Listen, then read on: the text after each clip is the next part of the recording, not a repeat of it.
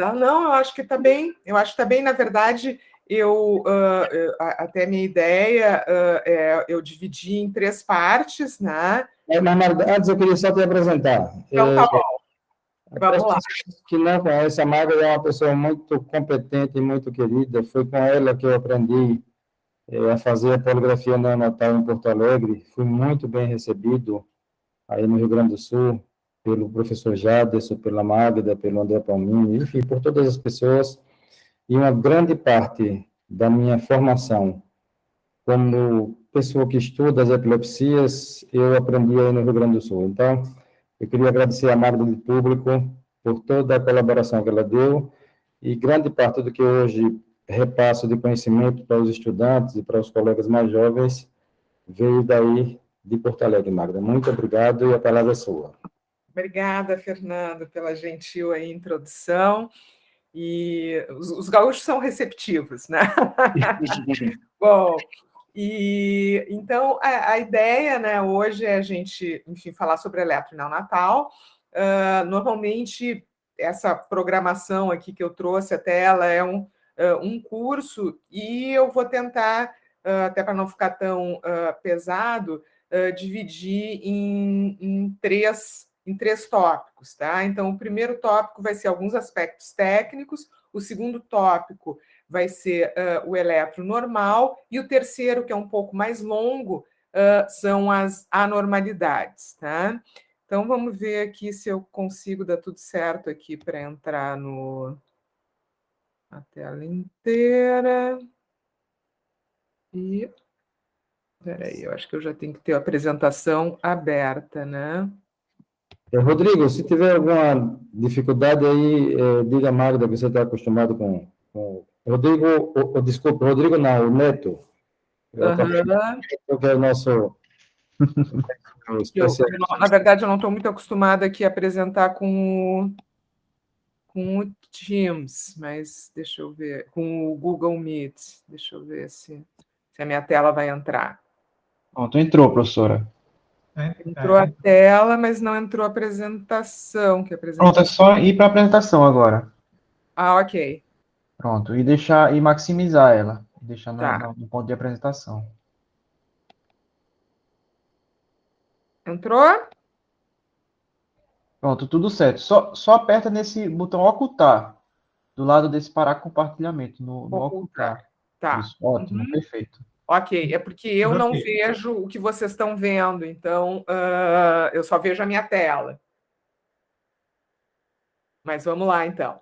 Então, vamos começar, né, com a questão dos aspectos técnicos, tá?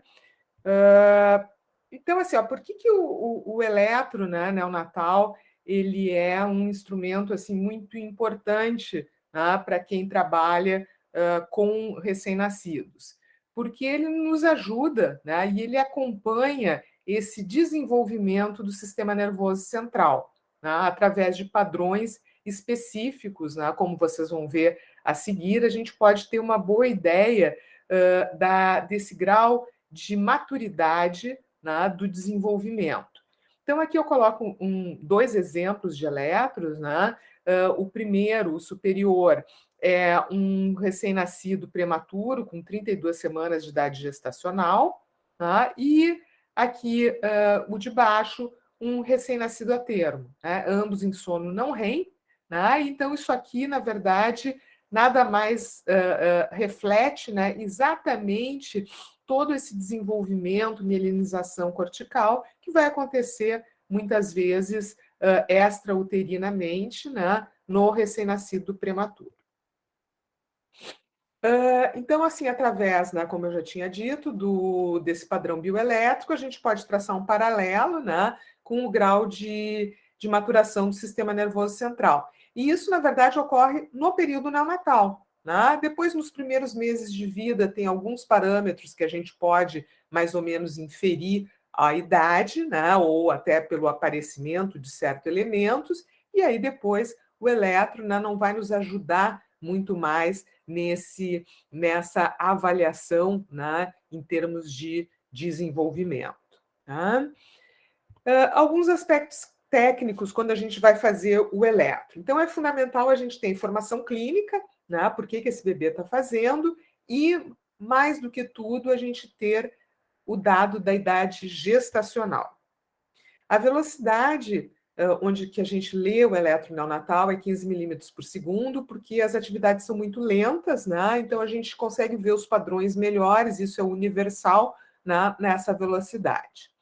A gente usa montagem bipolar e com dupla distância, né, para a gente poder captar melhor, né, essa atividade.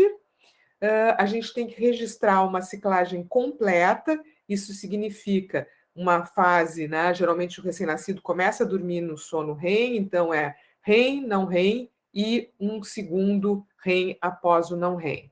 Isso dura em torno de mais ou menos uns 40 a 60 minutos. Eu recomendo um mínimo de 8 canais de eletroencefalograma, associado, né, ao eletroaculograma, eletromiograma submentoniano, que vai nos ajudar a caracterizar o sono REM, e no mínimo 2 canais respiratórios, né, um canal respiratório intermistor nasal e uma cinta abdominal. Tá? Normalmente a gente não coloca 2 cintas respiratórias no recém-nascido, porque não tem nem espaço, né, para colocar, e lembrando que o volume máximo, né, do recém-nascido de extensão, ele é abdominal e não torácico, né? Então é importante essa cinta estar colocada no abdômen. E a gente também é fundamental observar o comportamento do recém-nascido, que isso pode ser feito, né, hoje através da videopolissonografia. Então a gente normalmente aqui no serviço a gente filma, né, faz o vídeo simultâneo a polissono ou ao eletro neonatal, e quem não tiver essa possibilidade de vídeo simultâneo tem que pedir para o técnico, né, que está correndo o exame, colocar as anotações sobre o comportamento desse recém-nascido.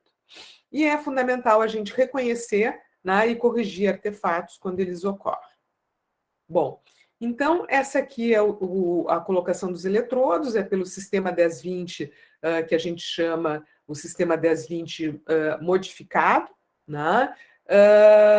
Porque a gente usa uma montagem, né, de dupla distância, e quando a gente está falando no AEG, aí nós vamos usar, então, basicamente só 2 canais. Né? Quando a gente está falando no eletro completo, né, eu uso sempre um canal frontal, o rolândico, né, o C, e minimamente o occipital, e eu ainda uso também os temporais. Vocês vão ter a oportunidade de ver a montagem depois nos exames.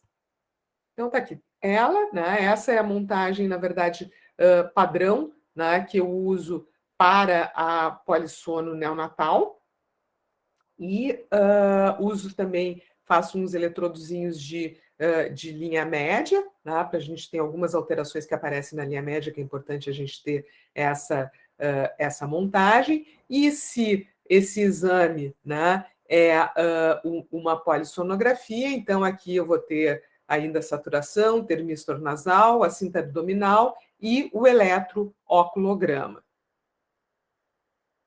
Bom, então a informação sobre a idade gestacional e a idade concepcional ou a idade corrigida. Né? Essa informação, ela geralmente, né, vai vir lá da UTI neonatal. Esse cálculo da idade gestacional ele pode ser feito, né, pela data da última menstruação. Hoje em dia, os neonatologistas nos prematuros eles preferem calcular a data pela ecografia, né? Ou, eventualmente, por uma avaliação clínica, né, através desses, ou o método de Capurro, ou o método de Balar modificado para recém-nascido. Tá? Então, a gente considera um recém-nascido prematuro aquele que tem uma idade, né, inferior a 37 semanas. Lembrar que o período neonatal, né, ele é do nascimento até o 27º dia de vida nos recém-nascidos a termo, e nos recém-nascidos prematuros ele é do nascimento até a idade corrigida de 40 semanas e 27 dias. Então, a idade, né, gestacional ela é utilizada, é a nossa base, né, do eletro, e aí nós vamos interpretar esse exame através, né, dessa idade corrigida, né, que nós vamos somar, então, a idade gestacional, os dias de vida desse prematuro. Então, eu coloquei ali um exemplo, né, se esse bebê nasceu com 37 semanas e faz o eletro, né, com 14 dias de vida, eu vou considerar que esse padrão eletroencefalográfico deva ser compatível com 39 semanas. Bom, e a gente pode, na verdade, calcular, né, essa maturidade eletroencefalográfica ou calcular essa idade corrigida por parâmetros eletroencefalográficos. E quais seriam eles? É o número de fusos delta nas duas fases do sono, o percentual de sincronia interhemisférica no sono não REM, duração dos intervalos intersurto, concordância entre a atividade eletroencefalográfica e comportamental, e esse cálculo, né, a diferença não deve ser superior a 2 semanas. Então, nós vamos ver aqui, né, na prática, quais são esses elementos que a gente usa para o cálculo.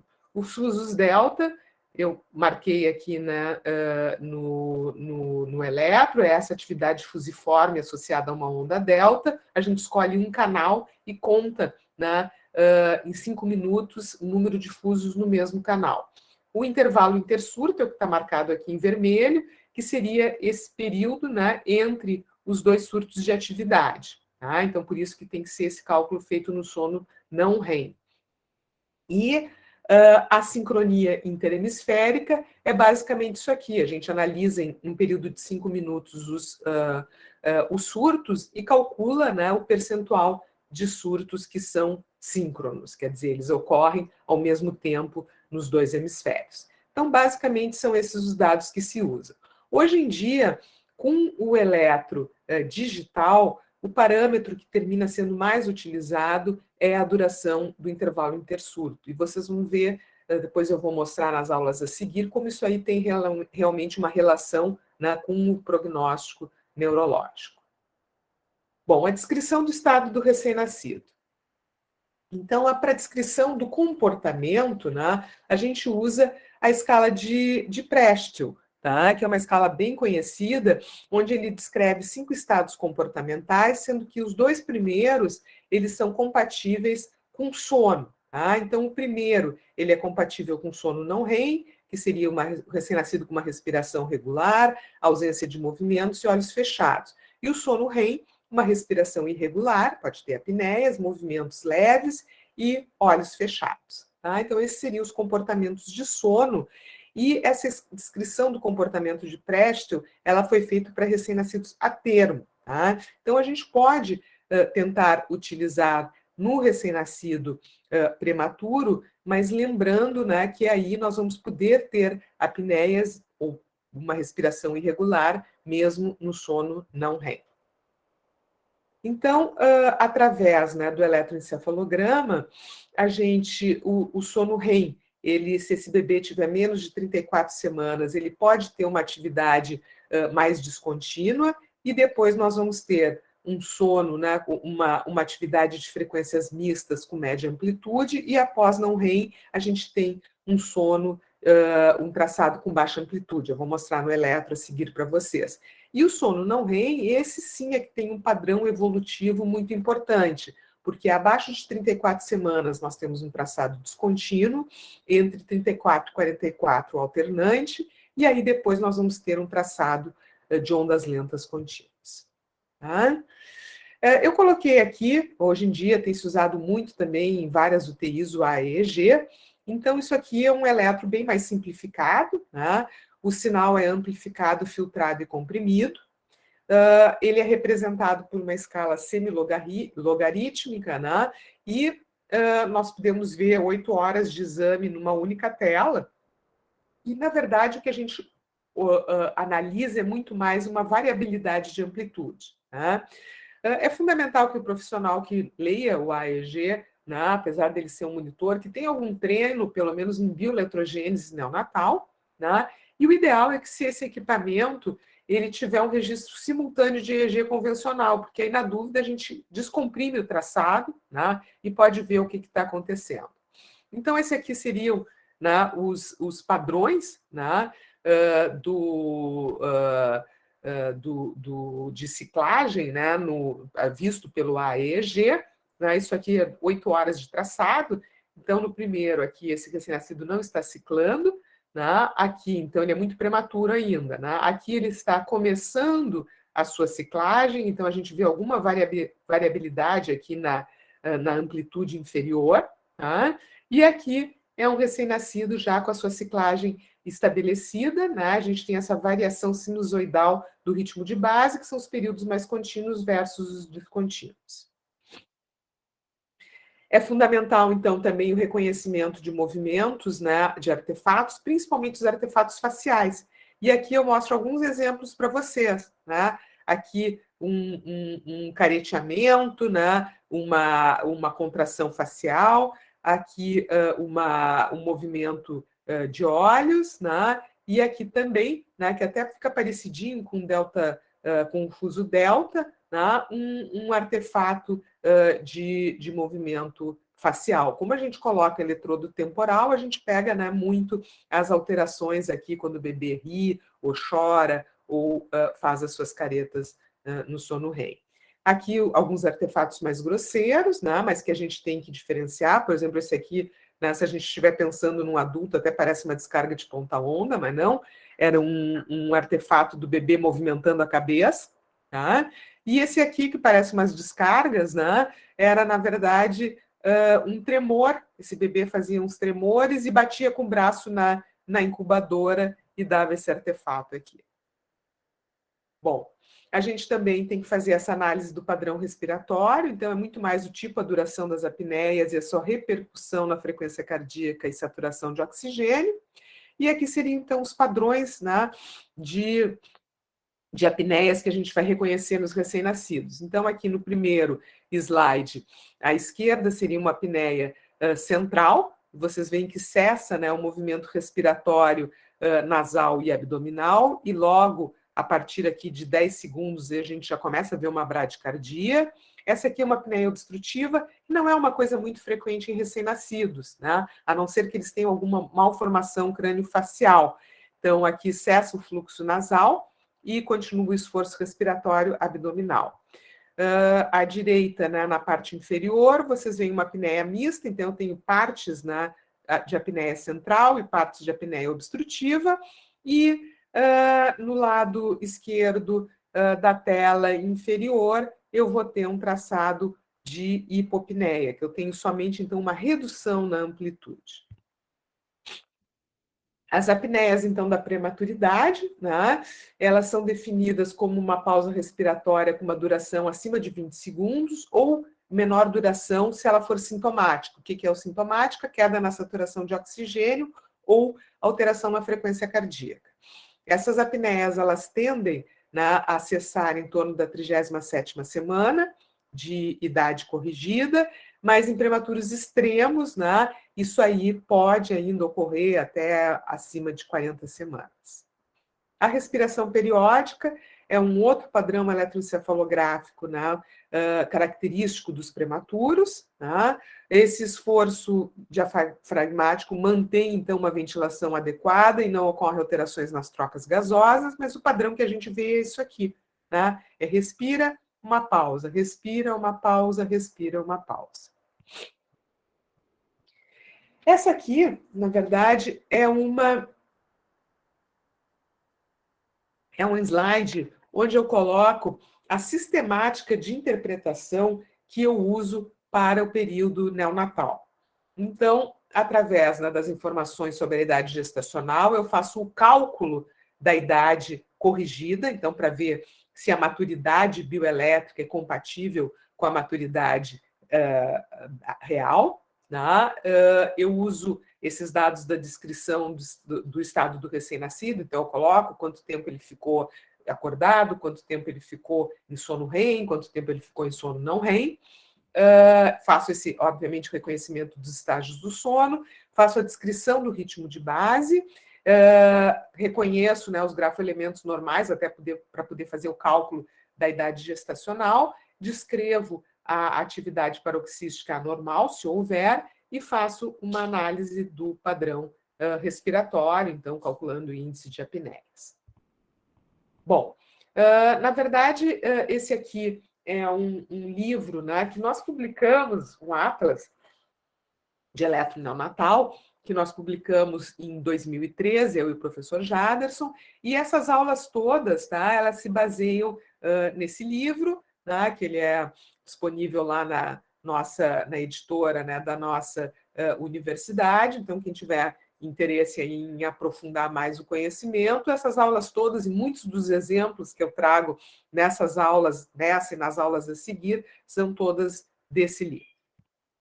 E aqui, né, que eu sempre gosto, né, de fazer aqui o reconhecimento para todos os nossos fellows, né, no Laboratório de Neurofisiologia Clínica, principalmente na parte de eletroneonatal, né? Se vocês virem ali mais ou menos um pouquinho acima da metade da lista está o Fernando, né?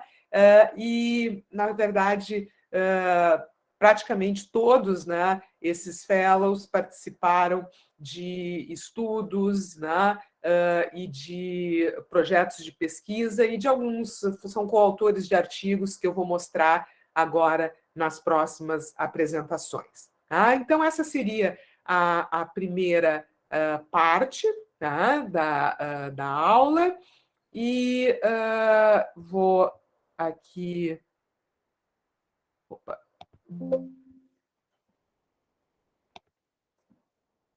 Vou tirar aqui a apresentação, e aí eu não sei, Fernando, se a gente quer fazer já alguma pergunta, ou eu sigo para a segunda, como é que vocês preferem? Eu queria fazer algumas considerações. O eletro neonatal, a poligrafia, a polissonografia neonatal, eles têm algumas particularidades que são muito curiosas. Primeiro, é que o tipo de informação que eles nos dá vai muito além de somente um diagnóstico. Ele tem um papel prognóstico muito importante. Segundo, que muitas coisas que num eletro de adulto, de uma criança maior, a gente pensaria que é um artefato, muitas vezes a Magda vai mostrar, não é artefato, são crises, e vice-versa, como ela já mostrou artefatos que pareceriam atividade paroxística. Mas o que eu acho mais importante, Magda, é despertar nas pessoas mais jovens, sobretudo nos que lidam com crianças, os pediatras, os neuropediatras, e os que serão esses profissionais, que é essencial, se não aprender a fazer, mas pelo menos se familiarizar com esse exame. Porque a preciosidade das informações que ele dá para os pediatras é de tal forma importante que o pediatra que tem acesso a esse exame, ele não se acostuma mais a não ter, não é isso, Magda? Ele não sabe mais viver sem esse exame, de tantas informações importantes que ele dá. Então, eu queria que vocês prestassem atenção. Essa aula é uma das aulas mais importantes do nosso grupo, porque ela é uma aula que vai abrir os horizontes de um mundo que é desconhecido para a maioria dos médicos e estudantes de medicina. E ter a oportunidade que eu tive foi uma coisa muito importante. Eu nunca vou deixar de agradecer e de reconhecer. E vocês também têm isso. Hoje a gente tem a tecnologia digital que permite que essas aulas fiquem gravadas. A gente fez uma pesquisa interessante com os pacientes com Zika, nós ganhamos um aparelho que faz a poligrafia neonatal, que está lá no HU. E a gente ainda está utilizando ele pouco. Mas a pediatria do HU já começou a pedir exames e eles já estão percebendo que essas informações são muito mais relevantes do que poderiam parecer. Então, essa aula, para não me alongar muito, Magda, ela não é uma aula do tipo palpação de mitocôndria, ela é uma aula com um efeito prático fabuloso. E eu queria deixar como mensagem que vocês não desperdiçassem essa oportunidade de ver e de rever essa aula, e de depois, os que se interessaram, obviamente, aprenderem a fazer esse exame, porque as informações que eles trazem, até mesmo para contar a idade concepcional, é uma coisa realmente surpreendente. A gente, quando começa a ver esses exames, depois a gente pensa que está no videogame, porque ele é de tal forma cativante que a gente não consegue mais parar de ver. Então, mas eu não queria mais me alongar, mas só queria fazer as considerações. Tá ótimo. Então, vamos passar agora para a segunda, né, aula, onde eu vou falar sobre os aspectos normais do eletro neonatal. Tá? Estão vendo a minha tela? Tudo ok? Tudo ok. Então, vamos lá. Então, aqui é sempre aquele tradicional, né, sem conflitos de interesse. E vamos lá. Bom, então, quais são as características, né, que a gente avalia nesse eletro e que a gente vai poder dizer que o eletro é um exame normal? Basicamente, são 3 coisas que nós vamos ver nessa aula. O ritmo de base, os grafoelementos, que foi o que o Fernando falou, que são típicos do período neonatal e depois eles desaparecem, e essa questão, então, da maturidade e da bioeletrogênese. Ok? Então, nós já tínhamos falado ali, né, que um dos elementos que a gente usa para calcular essa idade gestacional é o intervalo intersurto. Tá? E como é que a gente considera esse intervalo intersurto? São aqueles que têm uma duração superior a 2 segundos e uma amplitude inferior, né, a 15 microvolts. Então, isso é uma definição já neurofisiológica. E o que acontece com os intervalos intersurto? A duração desse intervalo ele vai diminuindo, tá, com o aumento da idade gestacional. A sincronia interhemisférica, que então está bem representada nesses 2 slides, né, é que nós vamos ver qual é o percentual, né, de surtos síncronos que nós temos. Então, o que acontece qual é a relação da sincronia interhemisférica com a idade gestacional ou a idade corrigida? Quando ele é muito prematuro, normalmente o eletro é muito síncrono, depois vai passando por um período de desincronização, e aí, à medida que esse traçado vai se tornando contínuo, nós temos de novo uma grande sincronia. Tá? Muito bem. Então, aqui nós estamos vendo um padrão, né? Um recém-nascido prematuro, com 27 semanas de idade gestacional, então um prematuro bem imaturo, tá? E esse eletro, ele já foi feito com 34 dias de vida, então a idade, né, corrigida seria de 31 semanas. Então eu tenho que enxergar esse eletro com os padrões que eu espero para 31 semanas. E o que nós vimos? Essa aqui já é uma imagem, tá, de eletro digital, ok? Algumas que eu mostrei anteriormente era o eletro antigo que a gente tinha em papel, tá? Mas os eletros digitais, hoje em dia, os equipamentos, a gente consegue ver todas essas características muito bem, tá? Então, do lado esquerdo da tela, eu tenho um traçado de sono REM, que já está nesse bebê contínuo, né? Se vocês forem ver o hipnograma ali no alto, né? O cor-de-rosa é o REM e o verdinho é o não REM. Então, ali eu estou numa fase REM, cheio de fusos, né, exuberantes, os fusos delta, e quando ele entra em sono não REM, eu vou ter esse traçado aí com uma descontinuidade, né, e uma assincronia ainda grande, porque ele tem 31 semanas. Então, no sono não REM, né, como é que é esse padrão evolutivo? E essas três épocas, né, de exames, cada uma com 40 segundos de duração, para vocês terem uma ideia, mostra esse padrão evolutivo do sono não REM. Então, eu vou começar com um padrão descontínuo, como eu tinha falado lá na primeira aula, depois eu passo para um padrão alternante, onde os intervalos intersurtos já são menores e tem um pouco mais de atividade no meio, e para o traçado final do recém-nascido a termo, um traçado de ondas lentas contínuas. No AEG, né, quando eu tenho o traçado esse contínuo do recém-nascido a termo, o que a gente vê é essa atividade sinusoidal, e quando eu tenho só um traçado descontínuo no prematuro, né, nós vamos ter esse ritmo ali com uma amplitude entre 0 e 10 microvolts, uma amplitude mais baixa. Os grafoelementos, então, normais do eletro neonatal. O primeiro deles é o chamado os fusos delta. Tá? Então, é uma onda lenta associada a uma atividade fusiforme. Eles também se relacionam com a idade gestacional e eles são muito abundantes no prematuro, como vocês viram ali naquele primeiro exemplo que eu mostrei, e depois eles vão desaparecendo em torno até a 43ª semana, né, quando termina o período neonatal, eles desaparecem.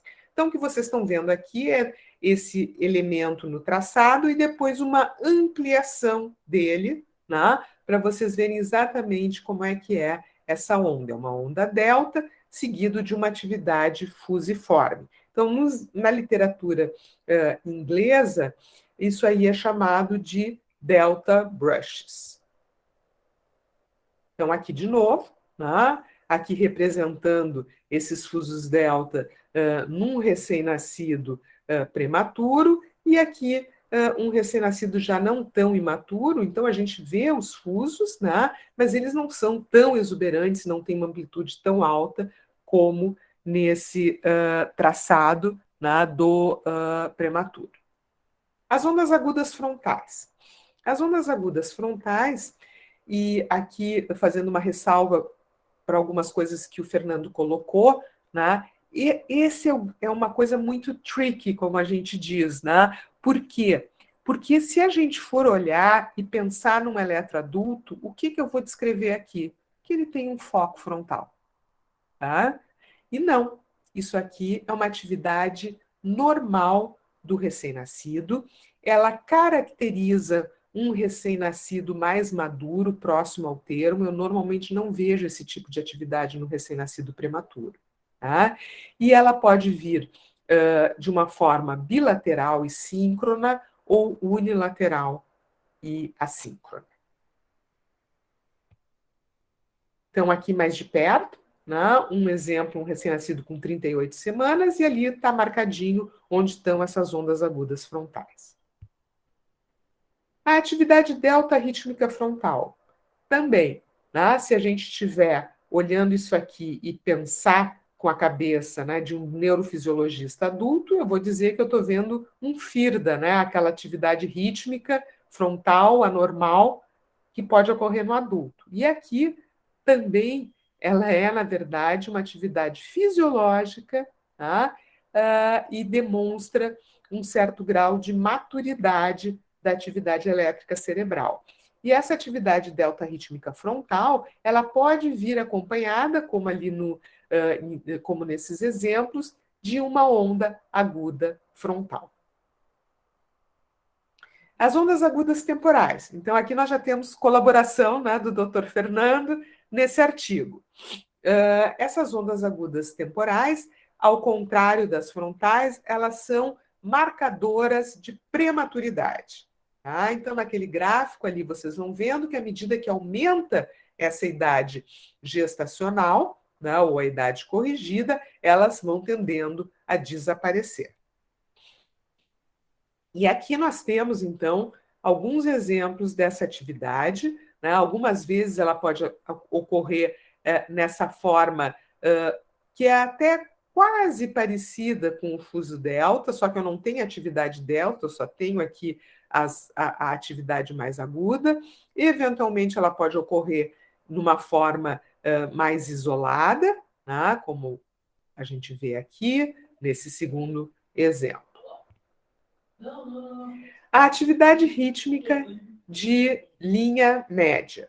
Então, por isso que a gente coloca, né, aqueles elétrons, né, eu faço um canal de linha média, nada mais é, né, do que uma frequência rápida que a gente vai captar nesses eletrodos, né, CZ ou FZ, enfim, o que tu fores colocar na tua montagem. E essa atividade, na verdade, existe uma discussão. Inicialmente, alguns autores achavam que ela tinha alguma relação com algum tipo de alteração ou de patologia neurológica, depois se viu que ela, na verdade, é uma atividade fisiológica que pode acontecer em recém-nascidos mais próximo ao termo e não tem nenhuma relação com qualquer tipo de alteração. Bem, por último, então, nós vamos ver aqui, na parte do eletro normal, as questões de maturidade e de bioeletrogênese, e lembrando, né, que quem propôs, né, quem propôs, na verdade, essa abordagem mais objetiva do eletro neonatal foi o professor Lombroso, né, nesse artigo que foi publicado em 1978, onde ele analisou, então, recém-nascidos, 10 recém-nascidos prematuros, né, fazendo esse cálculo de número de fusos delta, intervalo intersurto, né, e correlacionando isso com prognóstico neurológico. Em torno de, na verdade, 20 anos depois, né, nós repetimos essa mesma metodologia do professor Lombroso. Isso aqui foi a minha tese de doutorado, né? E onde, então, nós avaliamos prematuros, um número bem maior de prematuros, né, do que nesse primeiro artigo do Lombroso, onde, aplicando a mesma metodologia, e esse artigo, então, para quem tiver mais interesse, ele traz todos esses gráficos, né, que relacionam a duração do intervalo intersurto, o número de fusos delta, o percentual de sincronia interhemisférica com as diferentes idades gestacionais. Então, esse foi um estudo longitudinal, onde a gente pegava o prematuro logo após o nascimento, a maioria deles, isso aqui a gente está falando lá na década de 90, então o nosso prematuro que sobrevivia era aquele de 29, 30 semanas, né, que tinha mais ou menos um peso de nascimento em torno de 1 quilo, né, os menores naquela época não sobreviviam, e nós acompanhamos, então, essas crianças, a gente fazia um eletro a cada semana, até eles atingirem 40 semanas de idade gestacional. Desculpa, de idade corrigida. Bom, e aqui, então, né, os exemplos práticos para vocês. Aqui um recém-nascido. Eu sempre vou fazer essa sequência de slides, eu vou passar assim. É sempre o da esquerda, né, da tela, é sono REM, o da direita, mais abaixo, é sono não REM e a idade gestacional. Tá? Então, aqui é para vocês verem que com 32 semanas, mesmo no sono REM, a gente tem uma certa descontinuidade. Mas quando a gente compara esse bebê, né, ao entrar no sono não REM, a gente vê que o intervalo intersurto ele é bem maior. Com 34 semanas, aqui a gente já tem, então, um REM contínuo, né, e temos ali um sono não REM com um traçado que já não é mais tão descontínuo, já seria o que a gente chama o traçado alternante. Com 36 semanas, atividade absolutamente contínua em REM, e em não REM, o traçado alternante. Com 38 semanas, na atividade contínua, então vocês veem que o REM, depois ali das 32 semanas, ele mantém esse padrão, ok? Sem grandes modificações. E onde a gente vê, né, até porque o sono REM, do ponto de vista filogenético, ele é um sono mais imaturo. E o sono não REM, ele vai, então, acompanhar muito melhor esse padrão, né, de desenvolvimento cortical e da bioeletrogênese. Então, aqui com 40 semanas, nós, aqui na sono REM, com uma apneia, e aqui no sono não REM, essa atividade, o traçado, né, de ondas lentas contínuas. E aqui nós temos um recém-nascido que foi prematuro, mas que agora já está com uma idade corrigida de 50 semanas, então ele já tem praticamente 2 meses de vida, 2 meses, né, de idade corrigida, desculpa. E aqui, então, nós já vimos o aparecimento dos elementos, né, fisiológicos do sono, aí já da maturidade, que seria, então, os fusos do sono, caracterizando já um estágio N2. Bom, então nós já falamos isso, né? Esses grafoelementos normais, eles estimam a idade gestacional e eles podem, né, nos dar uma correlação, fazer uma boa correlação, né, com o que a gente deve esperar desse recém-nascido. E por que isso é importante? Porque essa correlação de maturidade, tá, ela tem uma relação com o prognóstico neurológico.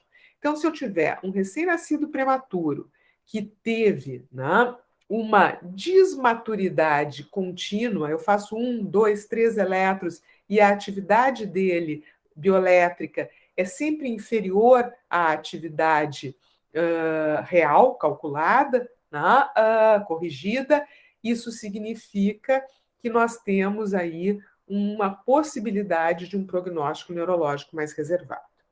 E esse aqui foi um estudo que, na verdade, foi o doutorado do Richard, também um neuropediatra aqui do Rio Grande do Sul, e aqui nós, na verdade, fizemos, né, uma comparação, novamente, de prematuros com recém-nascidos a termo. Então, o que a gente fazia? A gente acompanhou longitudinalmente esses prematuros com eletros sequenciais e depois nós tínhamos um grupo controle, com recém-nascidos a termo. E aí a gente pareava, né, esses recém-nascidos para ver se esse desenvolvimento extrauterino, né, se ele atrasava, de certa forma, essa maturidade bioelétrica. Tá? E aí o que nós vimos? Né? Que esses prematuros, quando eles atingiam o termo, e aqui a gente já estava falando de prematuros, né? Esse aqui foi um estudo que foi publicado lá em 2014, né? Então, se a gente pensar naquele lá de 97, né, quase 20 anos depois, de novo, né, e então aqui nós já tínhamos prematuros, nesse estudo a gente usou prematuros que tinham tinham peso de nascimento inferior a 1.500 gramas. Então eram prematuros realmente muito imaturos, tá? E aqui a gente via essa diferença, sugerindo que eles precisavam de um pouquinho mais de tempo, né, para chegar lá nesse padrão semelhante, bioelétrico semelhante do recém-nascido a termo. Bom, aqui a gente já tinha falado nessa sistemática, né, de interpretação.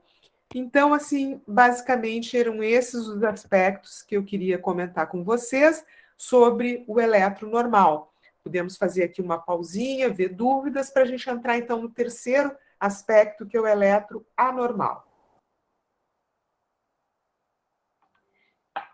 Pessoal, algum colega que queira fazer algum comentário, a doutora Magda é muito competente, mas é uma pessoa muito tranquila de lidar, ela não vai ficar brava, ela vai saber compreender, mesmo que sejam dúvidas aparentemente não muito elaboradas. Então, acho que as pessoas poderiam, até por curiosidade, perguntar alguma coisa, enfim. Ou eu expliquei muito bem, e aí lá Isso. Mas, assim, eu sou suspeito porque eu vivi isso, e eu digo a você, quando eu começava a ver esses exames, eu não queria mais parar. Eram horas e horas e horas vendo aquelas pilhas de papel, e eram exames que prendiam muito a atenção da gente. Aquelas pilhas pré-históricas, né? Que agora a gente não tem mais, né? Não tem mais, agora é digital, né? Tudo digital. Bom, então eu vou fazer o seguinte: eu vou passar agora para o nosso último tema, que é o eletro, então, anormal, né?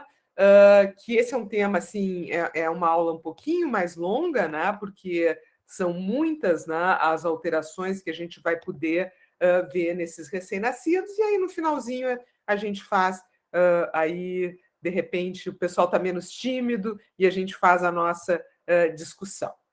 Bom, então, assim, eu gostaria de, na verdade, iniciar, né, essa apresentação mostrando aqui um estudo muito antiguinho nosso, que foi feito lá em 1995, com duas alunas de iniciação científica na época. Né? E foi logo, eu tinha assim, recém entrado como professora lá na escola de medicina, e eu acho que foram as minhas primeiras bolsistas de iniciação científica, foram a Letícia e a Cláudia. E aí, o que nós fizemos? Né? Nós pegamos, revisamos o nosso arquivo, então, de polissono e de elétrons em recém-nascidos prematuros, né? E fizemos uma correlação, nós fomos atrás dessas crianças e fizemos uma avaliação, né, neurológica e do desenvolvimento, e fizemos aqui algumas correlações, né, entre o padrão eletroencefalográfico e o prognóstico neurológico. Tá?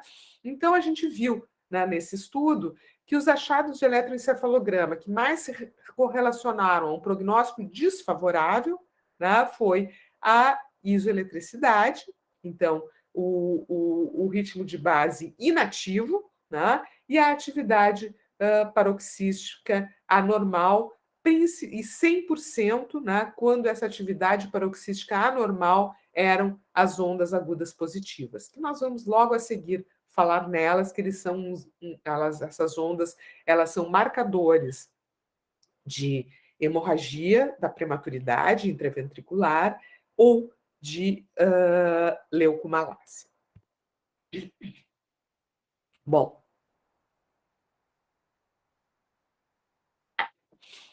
então, esse aqui é aquele nosso estudo que eu mostrei ali anteriormente, que eu falei do eletrosequencial, naqueles recém-nascidos prematuros, muito imaturos, tá?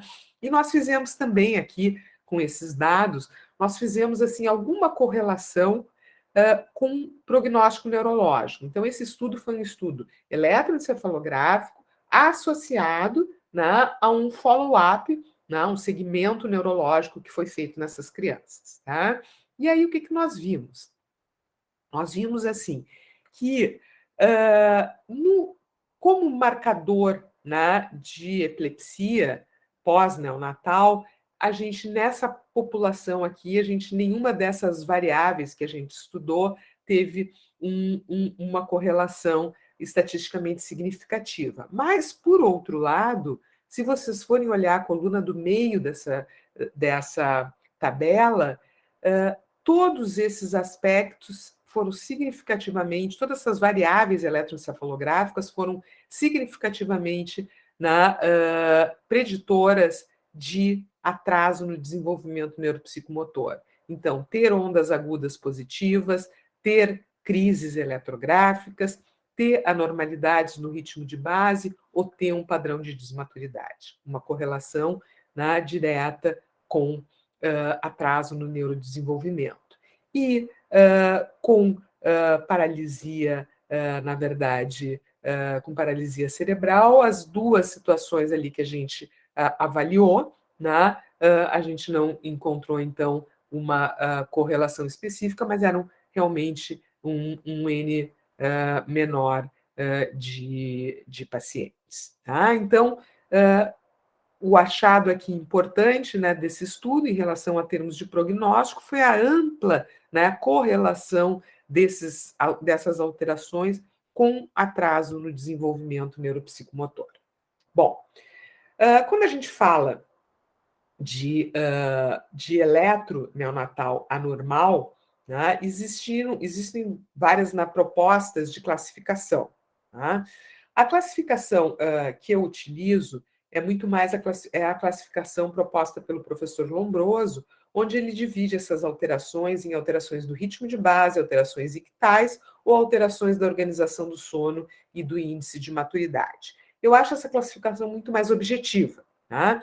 Existe uma outra classificação, que é um pouco anterior à do Lombroso, que é a classificação do professor Barry Tarp, onde ele, na verdade, divide em uma caracterização mais subjetiva, que seria levemente anormal, moderadamente anormal ou marcadamente anormal. Tá? Então, eu particularmente uso essa classificação bem mais objetiva do professor Lombroso. E aí eu vou apresentar, na verdade, essa aula seguindo essa classificação. Tá? E o primeiro item dela, então, seriam as alterações do ritmo de base. E o que seriam essas alterações do ritmo de base?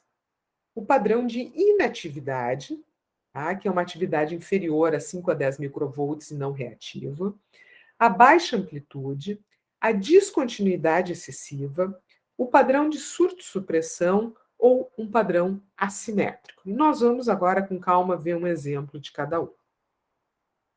Então, a inatividade. A gente evita usar no período neonatal o termo que a gente usa em adulto, que é isoeletricidade. Por quê? Porque não necessariamente esse padrão inativo no recém-nascido ele se associa à morte cerebral e ele pode ser reversível. Tá? Então, a gente prefere usar o termo inatividade. Mas, de qualquer forma, ele é indicativo de um prognóstico reservado. Tá? Então, esse aqui foi um bebê que estava em coma, eu acho que ele teve uma meningoencefalite, eu não lembro muito bem, é um traçado muito antigo, mas que ele fez esse exame com 9 dias de vida e depois ele evoluiu para óbito. Bom, quando a gente diz, né, que o eletro é inativo, não esqueçam, né, isso é uma coisa que tem que lembrar o técnico, que a gente tem que fazer uma estimulação. Tá? Então, a gente deve fazer uma estimulação tátil, né, dolorosa, e, obviamente, o que a gente espera, né, é, para concluir que realmente é um padrão inativo, que nós não vamos ter nenhuma alteração no ritmo de base, como vocês veem nesse traçado ali, que foi feito o estímulo, está marcado com uma setinha e está escrito, né, e não houve nenhuma alteração. O traçado de baixa amplitude, ele é indicativo de um prognóstico reservado se ele for encontrado, então, de forma persistente. Então, se nós tivermos eletros sequenciais, né, que mantêm esse padrão de baixa amplitude, bem, isso aí vai ser um indicativo de prognóstico reservado. A descontinuidade excessiva. O que é isso?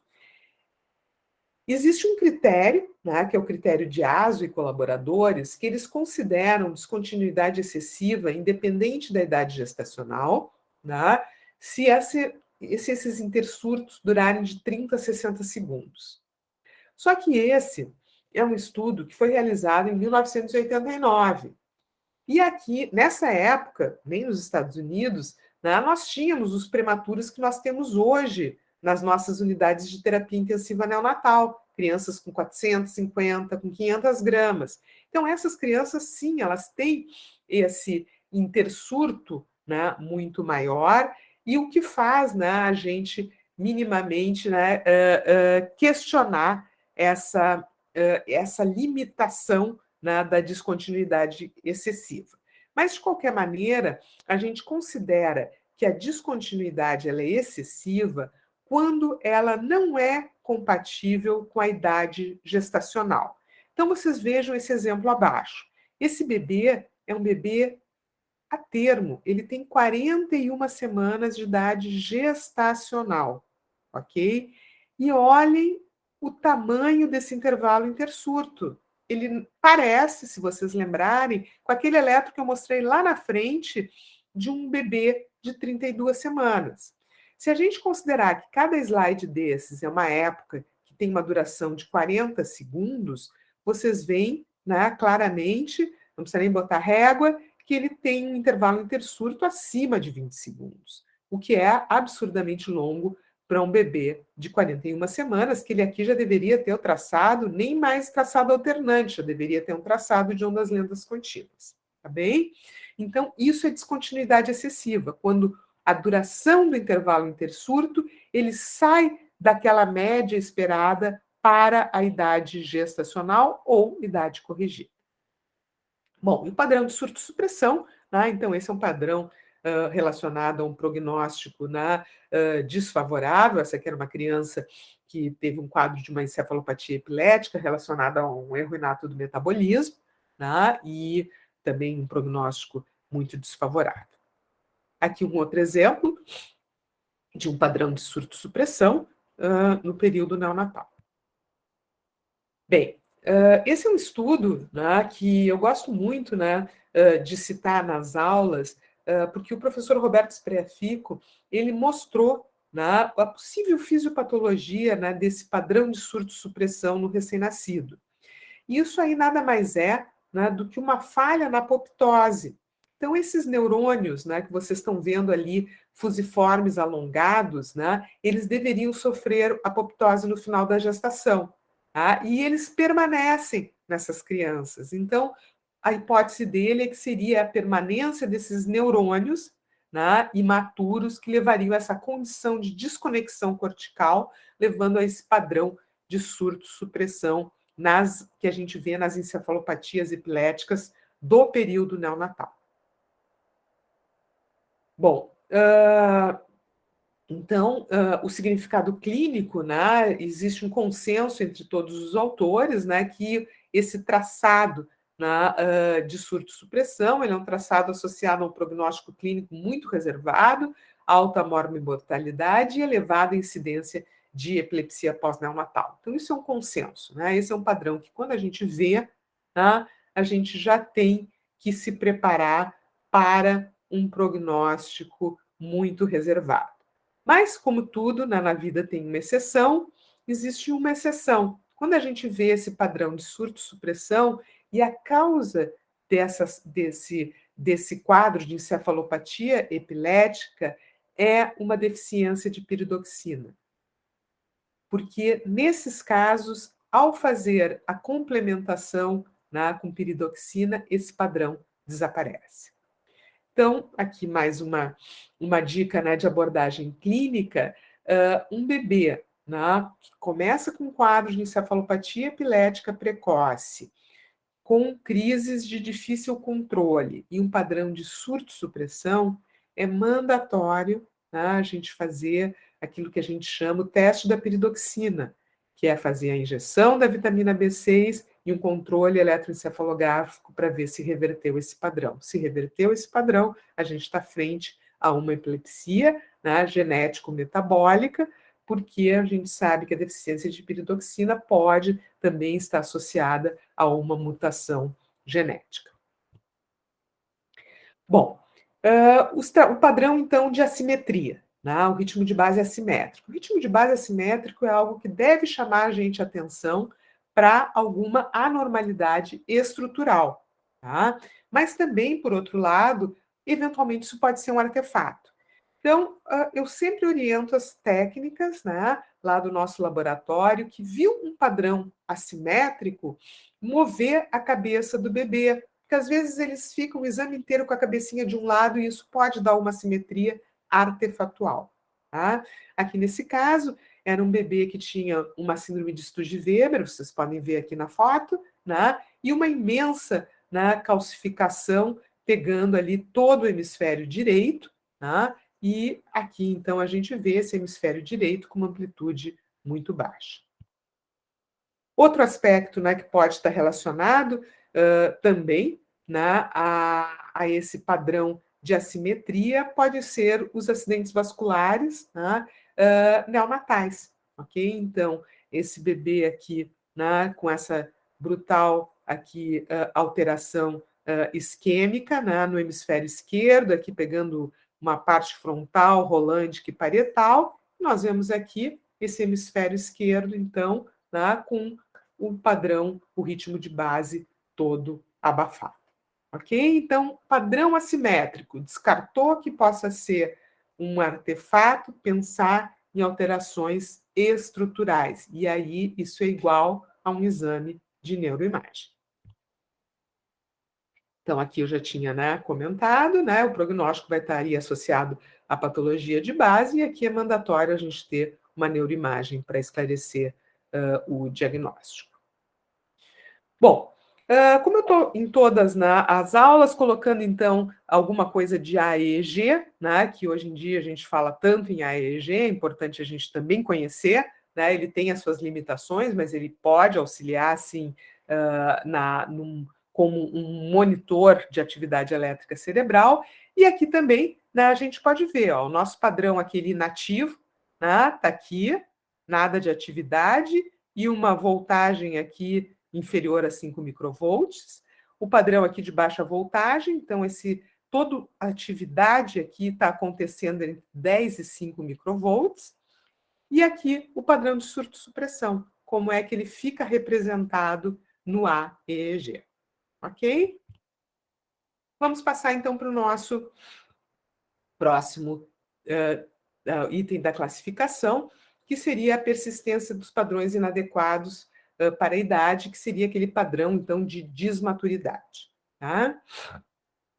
Esse padrão, Então, a gente considera desmaturidade se a diferença entre a idade corrigida real e a idade calculada pelo EEG for superior a 2 semanas. A gente considera desmaturidade transitória se a gente fizer um segundo eletro sequencial 7 a 14 dias depois e essa desmaturidade tiver desaparecido. E a gente considera persistente se essa desmaturidade persiste, né, nos eletros sequenciais. E aí nós vamos ter uma relação com um prognóstico neurológico mais desfavorável. Então, quais seriam os padrões, né, que persistindo, eles ficariam inadequados? São aqueles padrões que a gente discutiu, que são padrões do período neonatal, e que quando esse recém-nascido chega ao termo, eles devem desaparecer. Quais seriam eles? As ondas agudas temporais, as ondas agudas frontais, os fusos delta, os intervalos intersustos e a sincronia interhemisférica excessiva. Então, tudo aquilo que é fisiológico no período neonatal, passou o período neonatal, passa a ser patológico, ok? Esse é um conceito bem importante. Então, mais uma vez aqui, né, as ondas agudas temporais, e esse aqui foi um outro estudo, né, que a gente fez com as ondas agudas frontais, então, mostrando, né, que elas realmente devem desaparecer após esse período neonatal. Esse um outro estudo também com uma colega da Colômbia que fez o fellow conosco, a Malena, e aqui então nós vimos, né, que essas ondas agudas frontais elas tendem a ser persistentes nos casos de hipoglicemia neonatal. Tá? Então, uma patologia, né, que é grave se não tratada, porque ela pode, enfim, levar aí a quadros depois de epilepsia pós-neonatal. Bom, nos casos, né, de assincronia excessiva e os intervalos intersurtos persistentes, a gente sabe que isso aí tem um prognóstico muito reservado e uma chance de evoluir para surto-supressão. Esse é um padrão que está mais claramente associado à epilepsia pós-neonatal e outras comorbidades. E aqui, então, 2 estudos, né? O primeiro ali do grupo do professor Volpe, o segundo do grupo do professor Barry Tarp, né? Mostrando, então, que esse padrão descontínuo, né? Se ele foge da sua relação com a idade corrigida ou com a idade gestacional, ele pode se relacionar a um mau prognóstico. Quando ele está dentro da idade, né? Ele está relacionado a um prognóstico favorável. O próximo item, então, seria a atividade paroxística anormal. Então, aqui nós temos alguns elementos com significado não muito claro, e a atividade paroxística interictal, que é um pouco mais complexa da gente caracterizar no período neonatal. Quais seriam, então, essas atividades, né, paroxísticas não necessariamente epileptogênicas, né, anormais não epileptogênicas e anormais epileptogênicas interictais? Então, a gente vai ver, vamos falar aqui de ondas agudas positivas, essa atividade rítmica da linha média, o PLEDS e a atividade paroxística interictal. Então, as ondas agudas positivas, elas foram inicialmente descritas por André Coquier, em 1972, um pesquisador francês. Nesse nosso estudo aqui de 95, a gente já mostra também um prognóstico, que elas estão associadas a um prognóstico desfavorável. O estudo, né, do professor Jaders com o professor Lombroso, da década de 80, sugere, né, um prognóstico também desfavorável e a relação com a asfixia perinatal. E esse estudo de 97, sugere que o prognóstico é desfavorável se a gente tiver mais de 2 eventos por minuto. Então, aqui um exemplo, né? Esse aqui foi um recém-nascido asfixiado, né? Que depois evoluiu aí para um grau de leucomalácia. Então, ele tinha aqui, ó, ondas agudas positivas, também marcadinhas, em várias localizações. Tá? Esse aqui eram eletro com alterações mais difusas, e nós tínhamos então essas ondas apareciam aí mais difusamente. O padrão, né, de Pleiades, ele é um padrão que se assemelha, né, ao que a gente vê no padrão adulto, e normalmente ele está associado, né, a situações, então, graves. Esse recém-nascido aqui, ele tinha uma hemorragia intraventricular maciça com invasão de parênquima, tá? Então, ele tinha essa atividade basicamente em todos os canais de eletroencefalograma. A atividade paroxística interictal, ela vai poder ocorrer associada, né, a diversas condições anormais. A morfologia geralmente são ondas agudas ou pontas, e se considera anormal quando muito repetitivas, excessivas para a idade, consistentemente focais, ocorrendo em surtos, polifásicas, ou no período de atenuação, né, se a gente estiver ali no traçado alternante ou no traçado descontínuo. Ok? Então, essa classificação interictal, ela é um pouco mais difícil da gente considerar e de valorizar no período neonatal, diferente do que a gente utiliza, né, na criança maior ou mesmo no eletro do adulto, onde a atividade interictal pode sim nos auxiliar, né, a vários diagnósticos. Aqui no período neonatal, a gente normalmente não considera para a elaboração de prognóstico, mesmo para diagnóstico, atividade interictal, somente se ela for ictal. E vamos chegar, então, aqui nos padrões ictais. Então, esses aqui são os tipos, né, de atividade ictal que a gente vai poder ver no recém-nascido. A atividade rítmica pseudofisiológica é a mais comum, as pontas e as ondas agudas, focais ou multifocais, descargas breves, descargas de frequência lenta. A gente pode ter o surto-supressão, desculpa, ali tem um errinho de digitação, tá? Susto-supressão, na ictal, e o padrão que a gente chama pré-icsia rítmica. Bom, então aqui, dois exemplos, né, dessa atividade rítmica pseudofisiológica. No eletro mais à esquerda aqui da tela, vocês veem que é uma atividade aqui no eletrodo C3, né, e é uma atividade um pouquinho mais lenta, quase na frequência delta.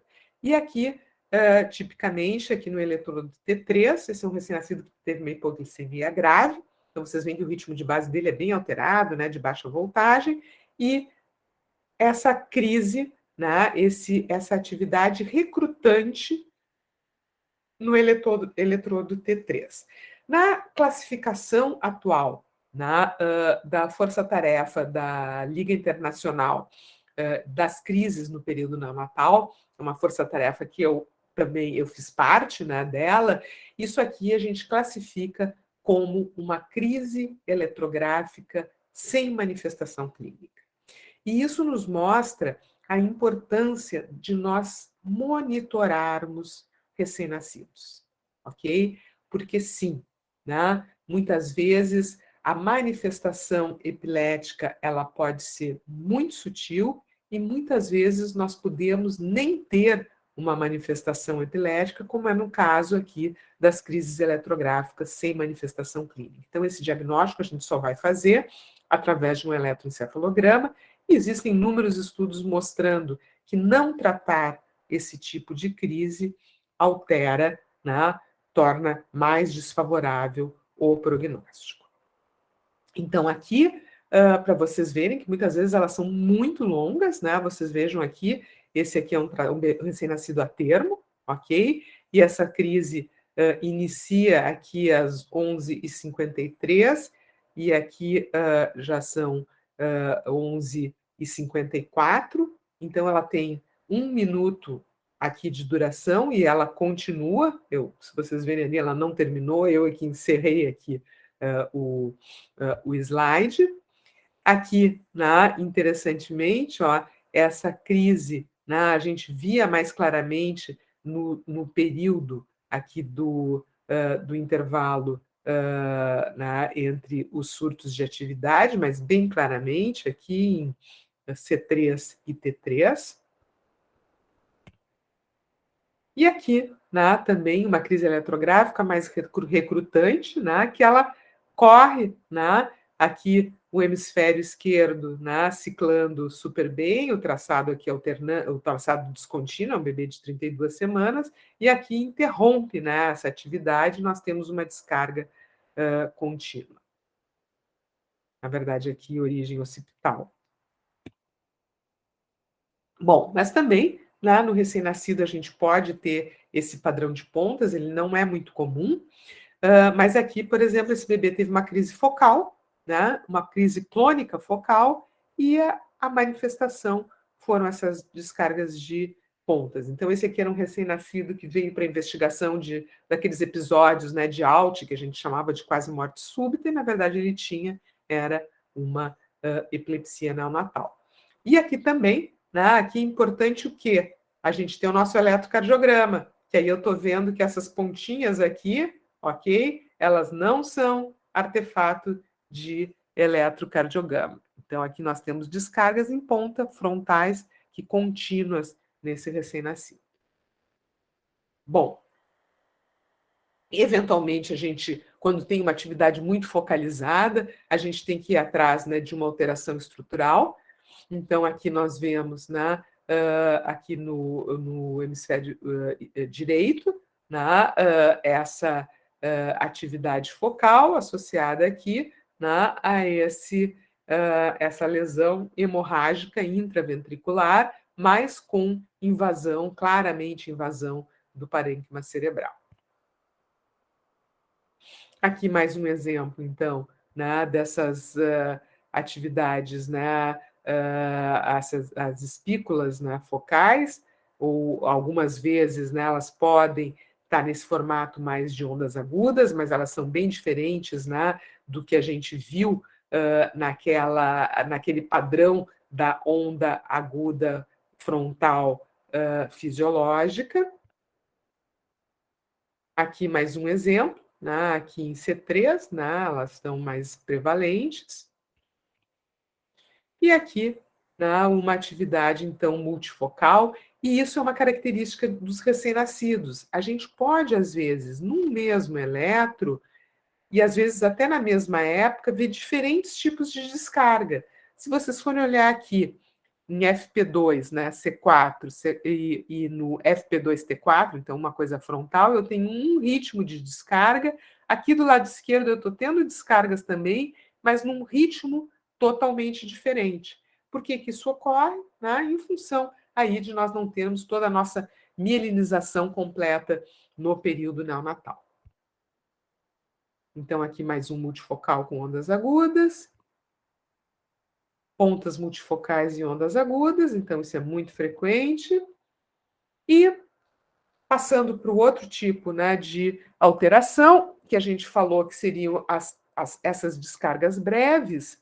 Então, aqui existe uma discussão muito grande, né, de qual é a duração mínima para a gente considerar uma descarga, e o consenso atual, né, é em torno de 10 segundos. E esse aqui foi um estudo, então, que nós fizemos procurando, né, no nosso banco de dados essas descargas, ok?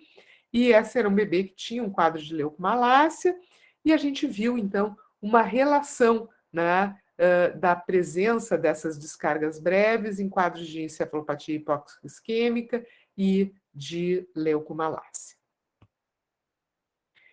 Eu tinha falado nas descargas de frequência lenta, então aqui mais uma vez, né, uma descarga rítmica, né, essa aqui não é recrudante, ela é sempre lenta, uma crise eletrográfica sem manifestação clínica, e esse aqui era um recém-nascido, né, muito grande para a idade gestacional, macrossômico, e que fez uma hipoglicemia severa no período neonatal.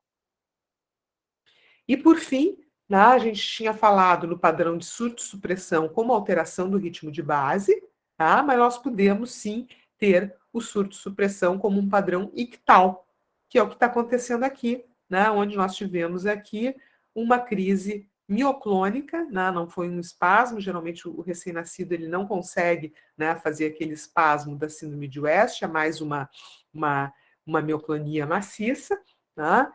Então, aqui as descargas de poliponta e seguidas de um padrão de atenuação. E, eventualmente, também nós podemos ter esse padrão já mais no recém-nascido, né, sendo um bebê a termo, com 14 dias de vida, então já um cérebro de um bebê mais maduro, e mais com um quadro, né, de crises convulsivas, e esse padrão, então, bem assimétrico, que já pode ser, na classificação de Lombroso, se chama em padrão pré-ipsarrítmico. Bom, a gente sabe, então, também, né, esse foi um estudo que nós fizemos analisando essas crises eletrográficas e a sua relação com os estágios do sono. Esse foi o trabalho aqui do fellow da Kátia, que é uma neuropediatra da Unicamp, que é hoje em dia quem toca todo o eletro neonatal lá na Unicamp, né? E nesse estudo, então, a gente mostrou que esses bebês, né, que têm essas crises eletrográficas prolongadas, geralmente, associadamente, nós temos não é possível claramente reconhecer os padrões do sono. Então, são bebês que têm já o seu cérebro, né, com algum grau de comprometimento, que eles não conseguem mais fazer uma boa ciclagem. Bom, que outro padrão e que tal que a gente pode ter, muito característico do recém-nascido? As apneias convulsivas. E como é que a gente suspeita clinicamente? Frente a um recém-nascido que tem uma apneia prolongada, que não faz bradicardia. Vocês viram lá naquele exemplo, na primeira aula, quando eu mostrei os padrões de apneia, né? Eu mostro uma apneia central, que dura em torno de 20 segundos. A partir de 10 segundos, ele já começa a fazer bradicardia. Então, isso é a apneia central, né, que melhora com o uso da teofilina, ou né, de terapias, né, aminofilina, enfim, o que for utilizado. Na apneia convulsiva, eles pioram com a teofilina, tá, e fazem apneias longas sem bradicardia.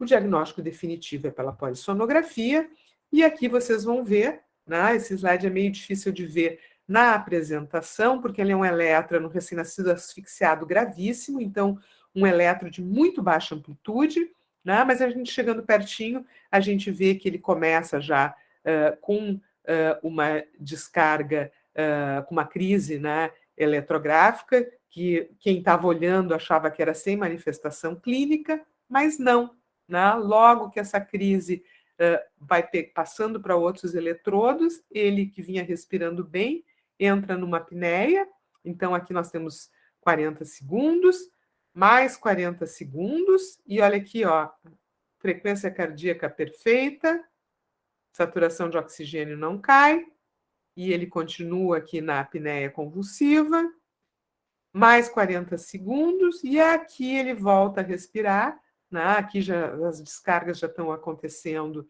em praticamente todos os canais, aqui elas voltam para T4, e esse bebê volta a respirar. Então, esse é o padrão típico de uma apneia como uma manifestação convulsiva epilética no recém-nascido. Esse aqui foi um estudo bem inicial que nós fizemos, né? Que na nossa amostragem, né, as apneias convulsivas, elas ocorreram em 0,2% dos bebês aqui internados, né, que foi nesse período, 2.000 bebês, e representou 1,6% das crises neonatais diagnosticadas. Então, é um evento raro? Mas a gente tem que estar alerta para reconhecer. O estado de mal convulsivo neonatal, essa é uma definição antiga. Hoje, a nossa força-tarefa lá da Liga Internacional, da qual, nessa gestão, eu sou a chair, né, junto com o Nicholas Aben, da Filadélfia. Nós estamos redefinindo essa questão, então, do estado de mal convulsivo neonatal. Então, enquanto isso, vale a definição antiga, né, que é essa definição que seriam, então, crises epiléticas que persistem ou recorrem durante 5 a 15 minutos de observação clínica direta, então um pouco menos do que a gente considera, né, no adulto, que é 30 minutos, ou através de monitorização eletroencefalográfica. Então, a gente pode, sim, ter um estado de mal por crise eletrográfica sem manifestação clínica. Então, fundamental, nesses recém-nascidos de alto risco, asfixiados grave, a gente ter uma monitoração desses bebês. Então, aqui um exemplo, né? Esse aqui era um dos muitos exemplos do estado de mal no período neonatal. E, através do AEG, a gente também pode reconhecer um padrão sugestivo de crises, tá? Só que essas crises têm que ser mais prolongadas. Essas crises breves, sutis, e muitas vezes as crises eletrográficas, a gente não consegue captar no AEG. Então, qual seria o padrão, né, que sugere convulsão no AEG? Aqui no meio, a gente foi descomprimido para confirmar que realmente estava tendo descargas, e o padrão é isso aqui, né, que eles chamam como se fosse uma casinha. Né? Então, a amplitude sobe, ó, e faz como se fosse uma casinha. Então, aqui, né, seria a representação dessas crises mais prolongadas, né, no AEG. Bom, a gente sabe, então, né, que recém-nascidos com crises convulsivas, né, eles têm um prognóstico neurológico mais reservado, e isso aí está diretamente ligado à etiologia dessas crises, mas se eles tiverem, né, eletros sequenciais anormais, como mostra esse estudo, isso também é um indicativo de um pior prognóstico. E aqui um exemplo, né, para vocês. Esse aqui era um bebê a termo, 39 semanas e 3 dias. Ele fez uma parada cardiorrespiratória, era um asfixiado grave, fez uma parada cardiorrespiratória na sala de parto, foi reanimado. Então, esse aqui era o eletro dele com 8 dias de vida. Né? Um eletro aqui super descontínuo, aqui com um surto de descargas, ok? Evidentemente, vocês já viram aí nas aulas anteriores, vão logo dizer 39 semanas, não podia ter um intervalo intersurto tão longo, né? E aqui, esse bebê com 1 mês e 20 dias, ele terminou evoluindo, sim, para um quadro de encefalopatia epilética pós-encefalopatia hipóxico isquêmica. Bom, então a gente vê, né, que o eletro sequencial nesses recém-nascidos de risco, ele tem sim uma relação com o prognóstico neurológico. Esse foi um outro estudo que nós fizemos, que foi, na verdade, um mestrado do Richard, e também uma colaboração, um pós-doc do Luiz Fernando, são 2 neuropediatras aqui de Porto Alegre, e o que a gente viu, então, que as anormalidades do ritmo de base, elas se relacionam, né, com o atraso no desenvolvimento neuropsicomotor, com um risco, né, de quase 2 vezes, aumenta, e o padrão de surto-supressão, né, aumenta o risco para epilepsias pós-neonatal e também para a mortalidade. Tá? Esse aqui foi um outro estudo lá de 2004, que ele abarcou a nossa coorte de recém-nascidos a partir de 1987, foi o doutorado do Luiz Fernando, e o que a gente viu aqui? Né? Que existiam, na verdade, alguns aspectos, né, eletroencefalográficos importantes associados ao prognóstico neurológico. Né? Então, a polissonografia anormal, né, significativamente associada a questões aí de prognóstico, e a manutenção, né, de terapia com fármacos anticrise também, e exame neurológico anormal. Então, aqui dentro dessas alterações, né, polissonográficas, o que nós vimos? Né, algumas alterações, né, do ritmo de base e atividade paroxística. Bom, como o Fernando comentou, né, a gente teve aqui no Sul a oportunidade de acompanhar aí 2 coortes de recém-nascidos com microcefalia associada na infecção congênita pelo vírus Zika. Então, esse foi o primeiro estudo que eu participei, que é a coorte lá de Pernambuco, né, onde nós tivemos a oportunidade de ver os eletros neonatais desses bebês, ok? E mais tarde, então, aqui, né, alguns dos padrões, então vocês veem que essa tendência, né, a um surto-supressão já extremamente precoce, descargas contínuas e estado de mal, né, eletrográfico, descargas focais, então tudo que vocês possam imaginar apareceram nesses elétrons, né? E depois, eu não coloquei aqui, porque aqui era especificamente, a gente estava falando, né, de eletro neonatal, mas com a colaboração aí do Rodrigo, do Fernando, nós tivemos a oportunidade de seguir, né, tanto em Alagoas como em Porto Alegre, as crianças da coorte de Alagoas, né, que nós ainda continuamos aí estudando, já temos vários trabalhos publicados e agora aí investindo na tese do Rodrigo, né, que vai reavaliar alguns aspectos aí de tronco cerebral dessas crianças junto com os nossos padrões polissonográficos. Bom, já quase encaminhando aqui para o final, vou passar rapidamente dentro desse processo de classificação, pelas alterações respiratórias. Então, aquela questão, né, de até quando a gente valoriza a apneia. Então, a alteração respiratória que a gente tem no recém-nascido é a apneia. Tá? As sintomáticas, né, são aquelas acompanhadas de bradicardia ou de queda na saturação. Então, essas tem que valorizar sempre. Tá? E se elas forem excessivas para a idade da criança, né, mesmo que corrigida e impedindo alta hospitalar, bem, isso aí é uma criança de alto risco, ok?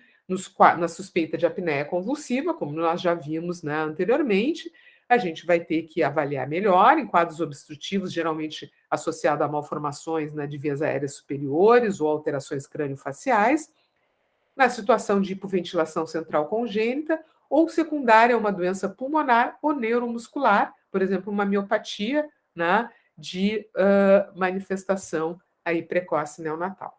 Tá? Então, esse aqui foi um estudo, na verdade, que nós fizemos, relacionando o percentual, né, a prevalência de respiração periódica de acordo com a idade gestacional.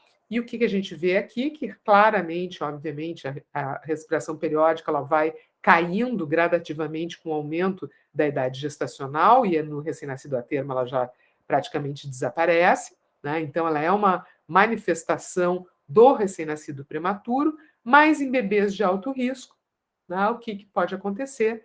Isso aí pode perdurar esse padrão imaturo. Esse aqui, então, foi um outro, né, estudo que nós fizemos avaliando, então, correlatos clínicos, né, com a respiração periódica. Então, obviamente, o recém-nascido, a prematuridade, né, era o fator aqui principal, né? E aqui a gente fez, então, um cálculo, né, também dessa proporção, né, de respiração periódica nos recém-nascidos, né, aqui patológicos e aqui nos normais, em relação às diferentes fases do sono. Bom, dentro desses padrões respiratórios patológicos, então aqui nós temos um caso que a gente acompanhou, de um recém-nascido com uma hipoventilação central congênita, ok? Então ele estava aqui respirando bem, começava a dormir, parava de respirar, a gente fazia um estímulo, ele acordava, voltava a respirar, e aqui, né, voltava a dormir e entrava em hipoventilação.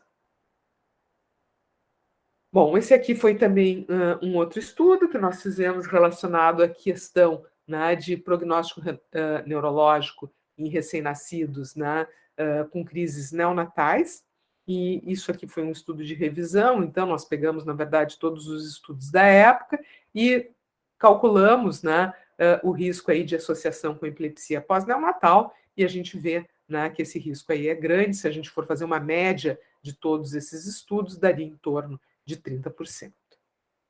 Vamos para o último item aqui da nossa apresentação, que também nosso tempo aqui já está fechando 1h30 de aula, que é um tempo já bastante longo, e a questão, então, de alterações da organização do sono. Então, existem, sim, né, o Lombroso foi uma das primeiros a levantar essa hipótese, que a estabilidade, né, dessa ciclagem do sono neonatal, ela tem uma correlação ela também pode ser um preditor de prognóstico neurológico. Então, se nós temos uma estabilidade na ciclagem, esse prognóstico vai ser mais favorável. Se nós temos, na verdade, um padrão muito instável, né, de sono. Isso aí pode se correlacionar com um padrão com um prognóstico, desculpa, mais desfavorável, né? E depois, mais recentemente, né, então, bem depois desse estudo do Lombroso, foi o grupo do Weissman, fez esse estudo que foi publicado no Pediatrics, né, então mostrando isso, né, que crianças recém-nascidos, né, com alterações nessa organização do sono, que poderia ser um índice muito grande de despertares, né, ou uma desorganização, né, nessa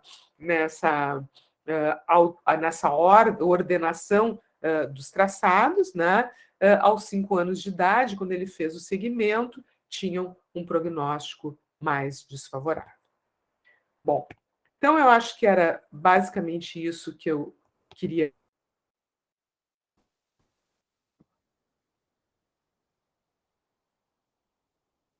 Acho que teve um problema com a conexão da Magda, esperando ela voltar, que certamente vai se reconectar.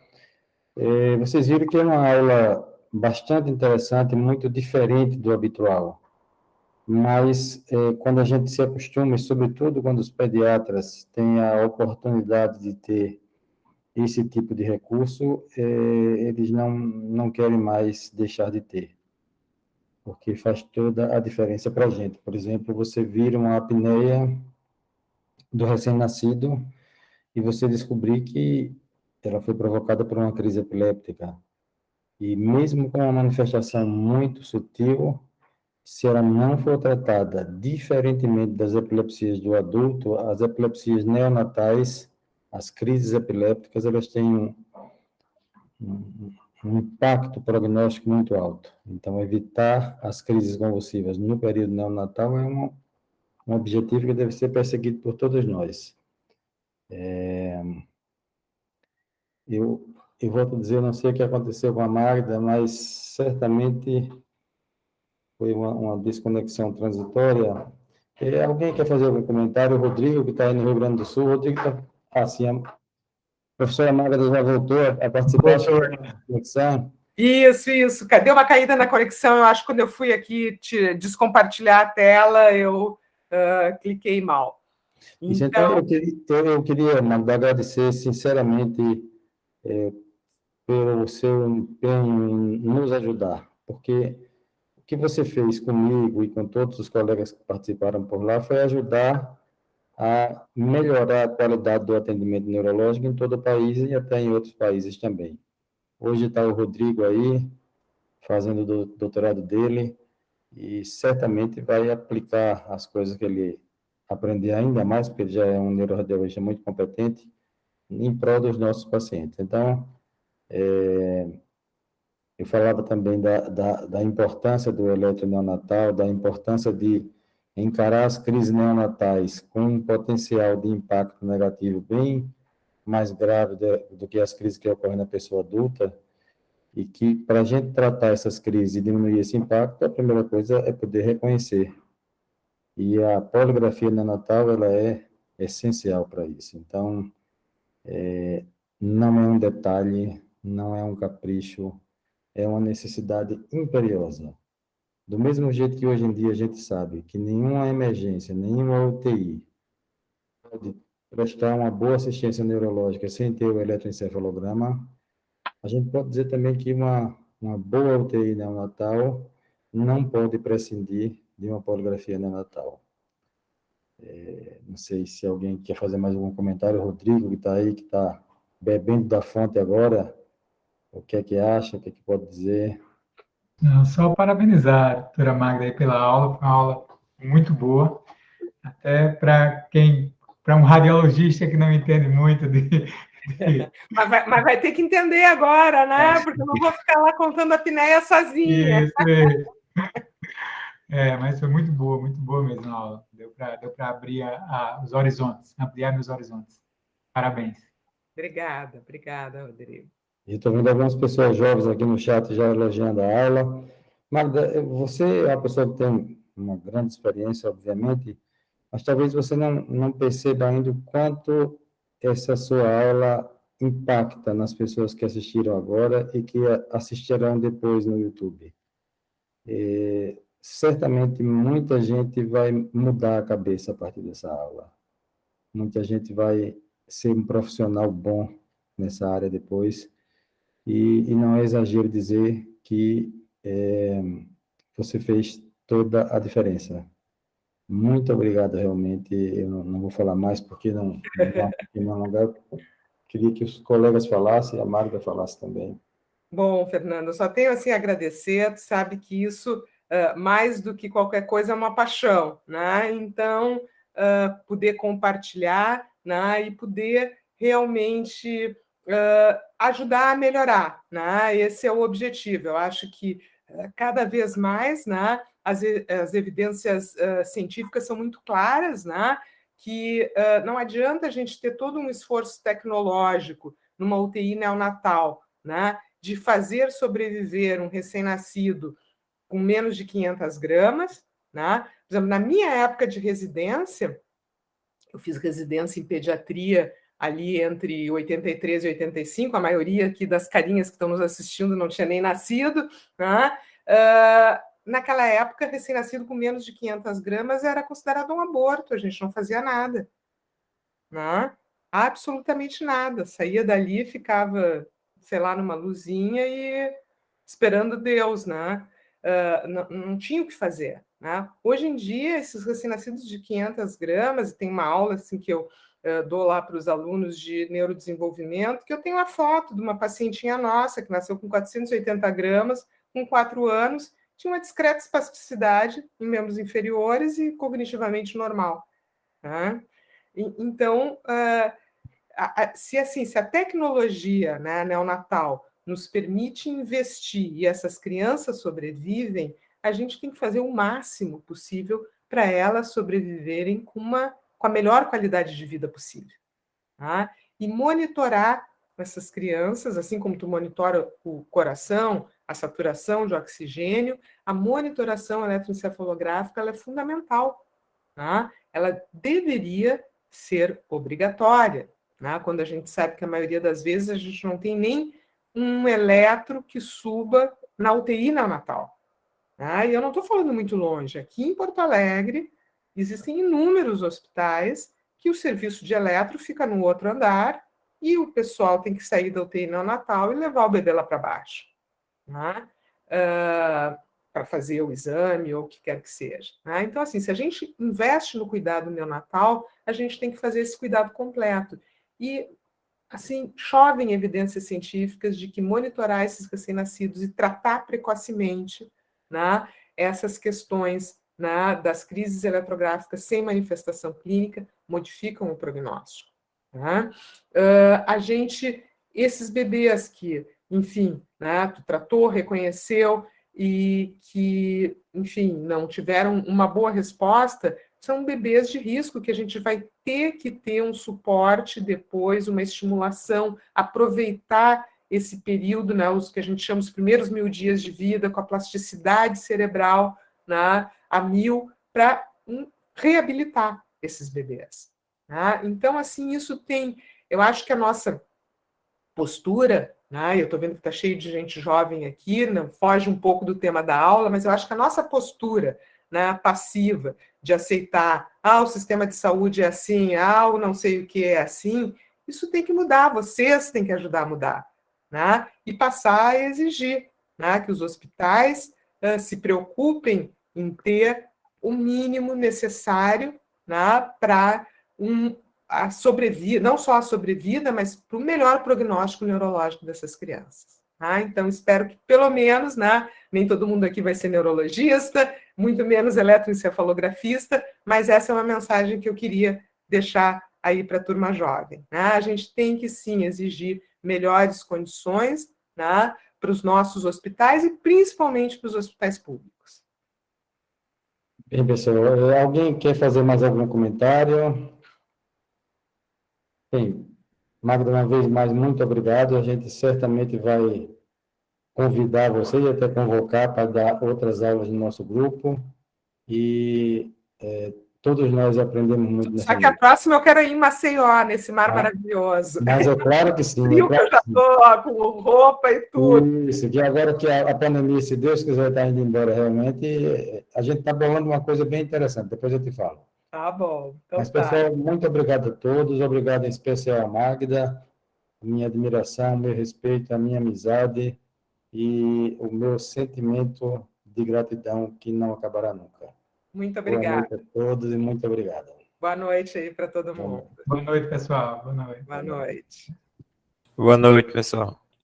Boa noite.